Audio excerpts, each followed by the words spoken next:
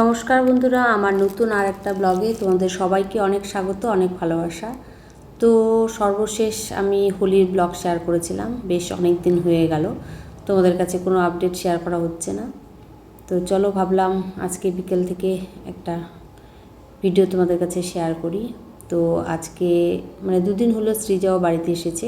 হোলিতে যখন এসেছিলো তারপরে তো চলেই গেছে, গিয়ে আবার এক সপ্তাহ ক্লাস করে কালকে আবার এসছে। তো আমি তো ছাদ বাগান তোমাদের সবসময় শেয়ার করি। তো সৃজার ইচ্ছাতেই আজকে ব্যালকনিতে কিছু গাছ রাখলাম। তো আর এই যে দেখো, চন্দ্রমল্লিকার সিজন কিন্তু এখন শেষ, তবুও আমার এই চন্দ্রমল্লিকা একবার ফোটা হয়ে গেছে, তারপরে ডগাগুলো কেটে ভালো করে মাটিটা খুঁড়ে দিয়েছিলাম। তো আবার দেখি বেশ সুন্দর ফুল হচ্ছে। তো সৃজার ইচ্ছাতেই আজকে এই নিচের ব্যালকনিতে কয়েকটা গাছ রাখলাম, যেটা তোমাদের কাছে এখন শেয়ার করছি। তো আপাতত এই বোগেনভেলা আর কয়েকটা নয়নতারা গাছে রাখলাম, কারণ এই ব্যালকনিতে ভীষণ রোদ পায়, তো ফলে ইনডোর প্ল্যান্টগুলো আমি রাখতে পারবো না, তবু কয়েকটা গাছ রাখলাম। তো রেখে কিন্তু বেশ ভালোই লাগছে। অনেক দিন ধরেই এই ব্যালকনিটা ফাঁকাই ছিল, অনেক দিন ধরে না, এবার প্রথম আমি এই ব্যালকনিতে গাছ রাখলাম। কোনোবার উপরের ব্যালকনিতে রাখা হয়েছে, কিন্তু এই ব্যালকনিতে কোনোবার রাখা হয়নি। তো যাই হোক, ভালোই লাগছে। যাই হোক, সৃজার উদ্যোগে এটা হলো। তো এই আর চলো এবার ছাদে তো তোমাদের আমি যখন এই যে সবজির বীজগুলো বসিয়েছিলাম তখন তোমাদের দেখিয়েছিলাম ব্লগে। তো বেশ গাছগুলো একটা অনেকটাই বড় হয়েছে এখন, বীজগুলো চারা তৈরি হয়ে। তো এছাড়া নতুন কোনো গাছ এখনও বসানো হয়নি, এখনও আমার ছাদটা ফাঁকাই আছে অনেকটা, যেহেতু ডালগুলো কাটা হয়েছে, কাটার পরে যে নতুন নতুন ডালগুলো হচ্ছে, তো সেগুলো খুব একটা বড় হয়নি। আর এদিকে এই যে সবজিগুলো, যেগুলো এই ঢ্যাঁড়স অনেকটা বড় হয়ে গেছে, তবে খুব ঘন হয়েছে, এখান থেকে কয়েকটা তুলে নেব। এই ঢ্যাঁড়সগুলো পরে বসিয়েছি, এগুলো আগে বসিয়েছি। অনেক কতগুলো গাছে তো ফুলও চলে এসছে, গাছগুলো কিন্তু বেশ ভালো হচ্ছে। আর এখানে একটা ক্র্যানবেরি জবার গাছ হয়েছে, যেটা তুলে দেব। আর এই যে শশা গাছগুলো এখন সাপোর্ট দেওয়ার প্রয়োজন। এই যে করলা গাছটাও বড় হয়ে গেছে, আসলে সময় পাচ্ছি না। তো এই গাছগুলোতে এখন সাপোর্ট দিলে, মানে এমন সাপোর্ট দিতে হবে যাতে গাছগুলো বেয়ে মাচার মতো করে দিতে হবে। তো সেগুলো কোথায় দেব এখনও ভাবনা চিন্তা করিনি, তবে আপাতত দু একটা লাঠি এখানে পুঁতে দেব। আর পাশের গামলাটা দেখছো, সেটা পুঁই। আর এখানে গরমের গাছ বলতে, গরমের গাছ এখন পর্তুলিকা বা মসরোজ যেগুলো, সেগুলোই এখন মেনলি বসাবো। এই যে অলরেডি দুটো তিনটে গামলাতে বসিয়েছি, আর কয়েকটা মাটি তৈরি করে রেখেছি যেগুলো বসাবো। প্রত্যেক বছর এই পর্তুলিকাগুলো সংরক্ষণ করে রাখি। এই যে দেখো, গত বছরের যে গাছগুলো টব থেকে তুলে মাটি সমেত, এই যে মাটি সমেত এভাবে বসিয়ে রেখেছি। এভাবেই কিন্তু এক বছর ছিল, অল্প অল্প করে জল দিতাম, আর তোমাদেরকে দেখিয়েওছিলাম আমি। তো এভাবেই পর্তুলিকাগুলো সংরক্ষণ করে রাখতে হয়। বেশি জল দিলে কিন্তু গাছগুলো পচে নষ্ট হয়ে যায়, যেহেতু শীতের সময়ে গাছগুলো ডরমেন্সিতে থাকে। তো এখন একটু একটু করে যেহেতু গরম বাড়ছে, আর দেখো গাছগুলো মানে ডগাগুলো মানে গাছগুলো ভালো হয়ে উঠছে। তো অনেক দিন যেহেতু এইভাবে ছিল, ঘাস হয়ে গেছে, তো সেগুলো আজকে তুলে এবার এখান থেকে ডালগুলো নিয়ে নতুন টবে বসালে খুব তাড়াতাড়ি গ্রোথ নেয়।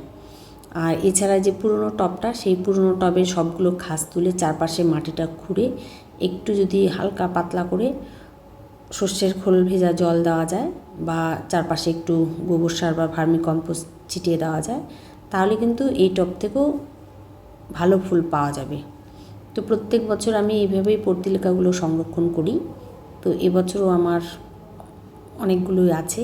এই যে দেখো, দু তিনটে টব, গত বছরে যে কয়েকটা গাছ ছিল, অনেকগুলো টবে ছিল, তার মধ্যে কয়েকটা টব আমি রেখেছি।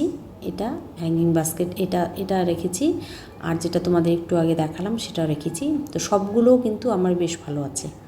তো এখান থেকেই আমি এখন ডালগুলো নিয়ে নতুন টবে বসাবো। তো কয়েকটা ডাল আমি নিয়ে নিয়েছি।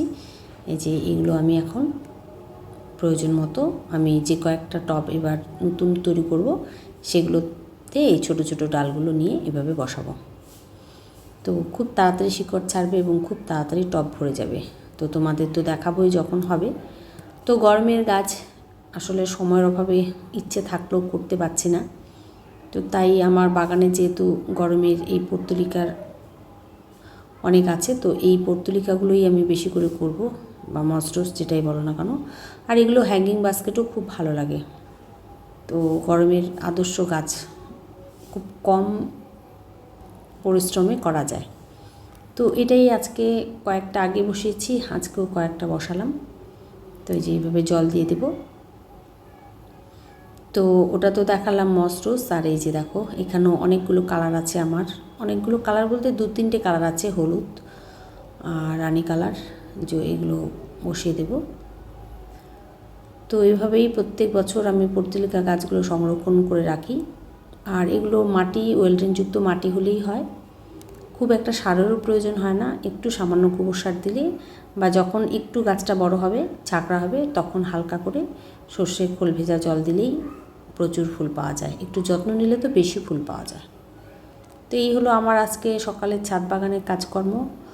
আর এদিকে যে ডালগুলো কেটেছি, সমস্ত জবার ডাল তো কেটে দিয়েছি, সেগুলো আস্তে আস্তে গাছগুলো গ্রোথ নিচ্ছে। আর যেহেতু এই গাছগুলো একটু শিকড় কাটাই ছাটাই হয়েছে, তাই একটু পাতাগুলো হলুদ হয়ে গেছিলো, পরে আবার আস্তে আস্তে ঠিক হয়ে যাবে। আর এদিকে নীলকণ্ঠ এই গাছটা, এই গাছে এখন এই গাছটার ডালও কেটে দিয়েছি, ফুল হচ্ছে। আর এখন মেনলি যেটা হবে লিলি গাছের বাল্ব থেকে এখন ফুল আসবে। আর এই সেই বোগেনভেলা গাছটা, যেটা রিপোর্টিং তোমাদের কাছে শেয়ার করেছিলাম, গাছটা দেখো কত সুন্দর পাতা বেরিয়েছে।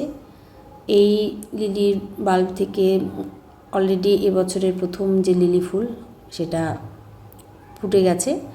আর সাইড থেকে আরও, এই যে সাইডের বাল্বগুলো থেকে আরও নতুন স্টিক বের হবে খুব তাড়াতাড়ি।